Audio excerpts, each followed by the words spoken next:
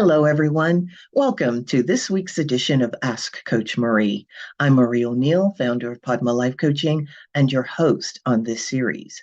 This is the place where you ask a question and I give my unique opinion as a life renewal coach, astrologer, and past life regression facilitator.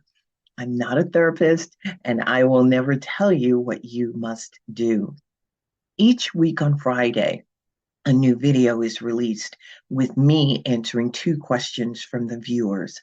I'll also talk about various other topics, such as consciousness, how the universe works, astrology, various other life renewal topics.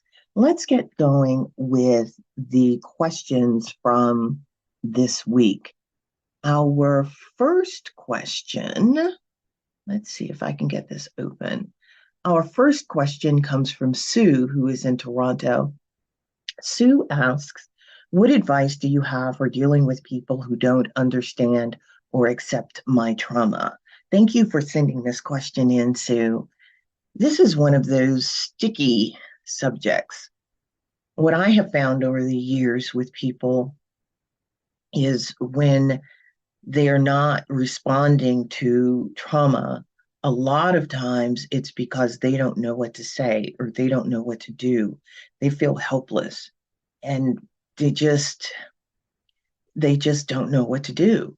So therefore they don't get involved or they don't contact you. And even if you have people who do contact you, after a while, they stop contacting you because they don't know how to proceed. One of the things that you can do is let people know what it is you need. You want to, or this is what I do actually.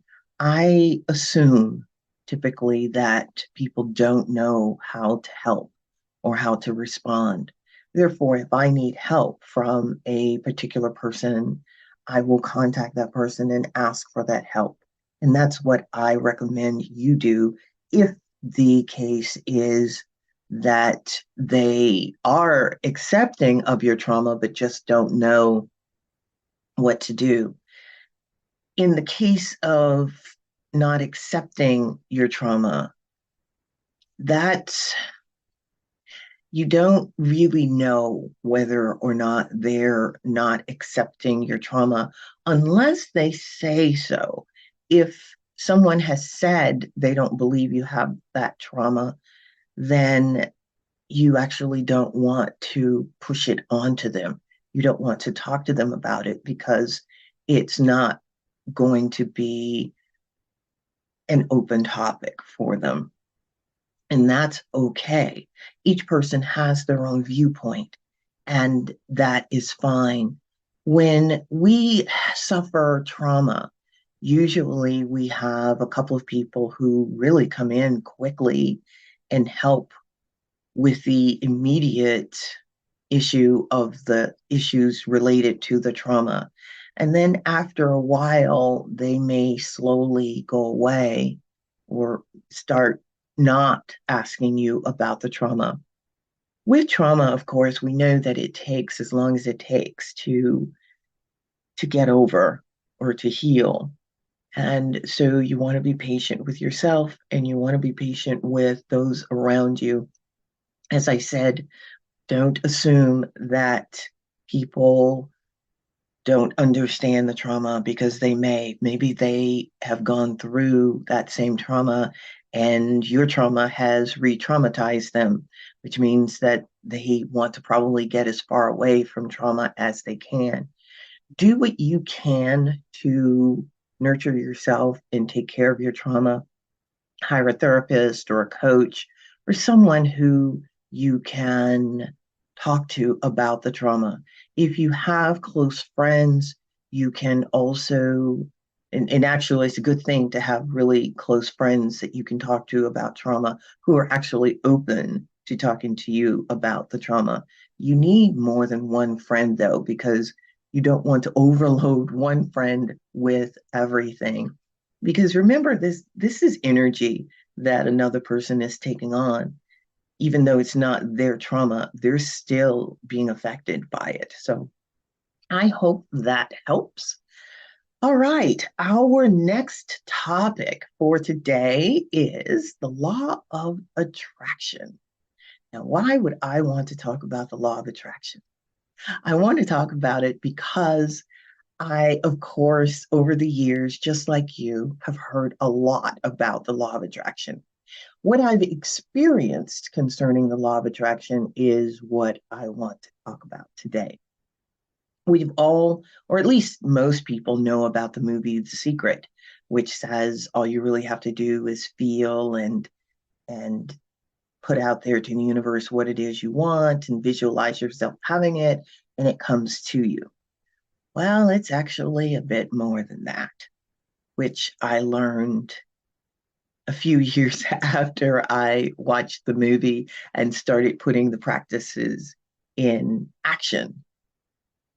There's a couple of things. One, what we are saying, yes, it's important and it's important to feel what it is you want.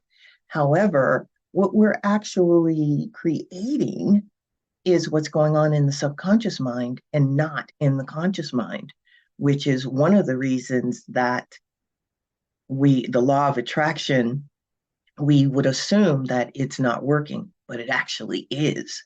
It's just that if there's something that you really want, you need to actually do some inner work to find out if there's anything blocking it from occurring, anything in your subconscious mind.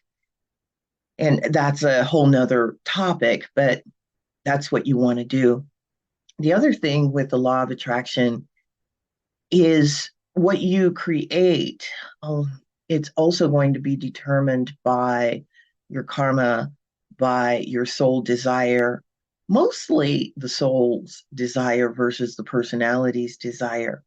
I have, over the years, there's been a couple of things I've wanted desperately.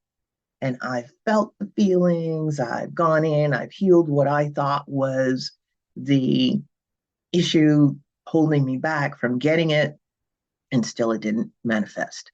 Now, there is that thing of timing. So that's not to say that something won't manifest, because timing is also a part of this. It may be that the universe is working to get you what it is you're asking for, but it may be years later before you actually get it. And when I was talking about the soul desire, there are times, well, the soul actually decides what it wants to experience in a given lifetime.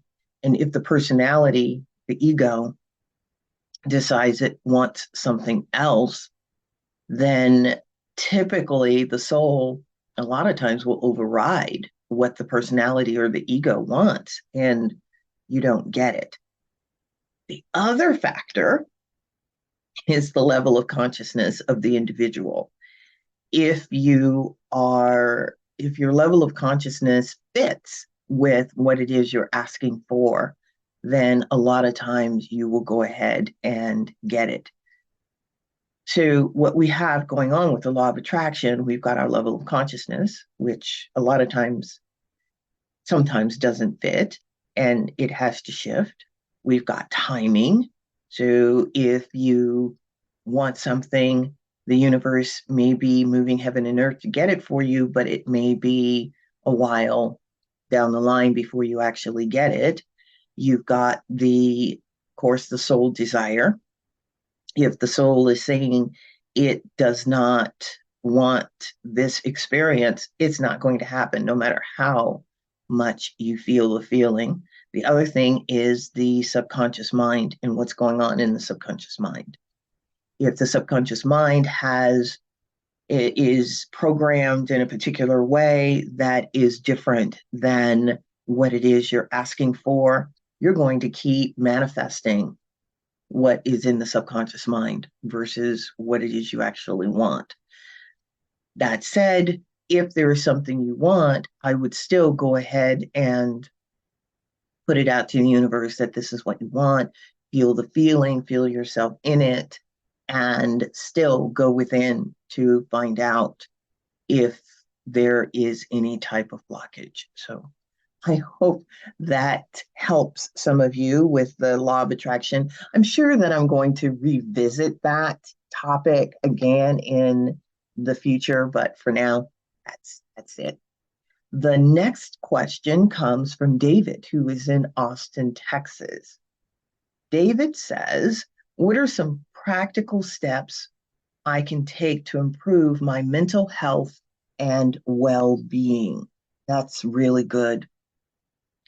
One of the things, David, that you can do to improve your mental health is exercise, physical exercise. I know that sounds crazy, but it's amazing what physical exercise will do. It releases those endorphins in the brain, and once you work on your physical health, you do start to feel better. Another thing that you can do is do a review of your childhood when you were most happy. See what you were, or envision what it was you were doing. What made you happy? What toys did you play with? What games did you play? And just picturing yourself being back there will also help. The other thing is watching comedy, watching good movies if you like movies, or if you like music, go to hear good music. Not necessarily in your home. I would actually go out to hear music, being around people, inviting friends to go with you. Maybe you have a band that you like, or you have you maybe there's somebody coming into town who you've not seen before, as a group. Go see them. That would be a good way to do it. Being around people who are upbeat is another thing that you can do. When you're not feeling good, if you are around people who are down, that brings you down too. And that's not something you want. So being around people who are upbeat is good. One last thing, stay away from the news. Yeah. I mean, the news is it's wonderful to catch up on the news, to find out what's going on, but you don't want to continuously be watching the news, because that is going to be a downer. So the things you can do are, you can watch good movies, you can go see music, go back to your childhood, see what made you happy, go and visualize yourself doing that. You can go, as I said, watching movies. You can hang out with friends or be with friends, go out to dinner, physical exercise. All of these things will help to get you out of the rut of whatever rut it is you're actually in. So that is what I would recommend. All right. Now, if you would like to work with me as your coach, as your astrologer, you're welcome to email me. And if you'd like to learn more about me, I will put the link in the description below for my book and the Lotus Opened, a memoir. In that book, I basically talk about the trauma that I went through and how I work through that trauma. It can be done. Let me tell you, if I can work through it, you can work through it.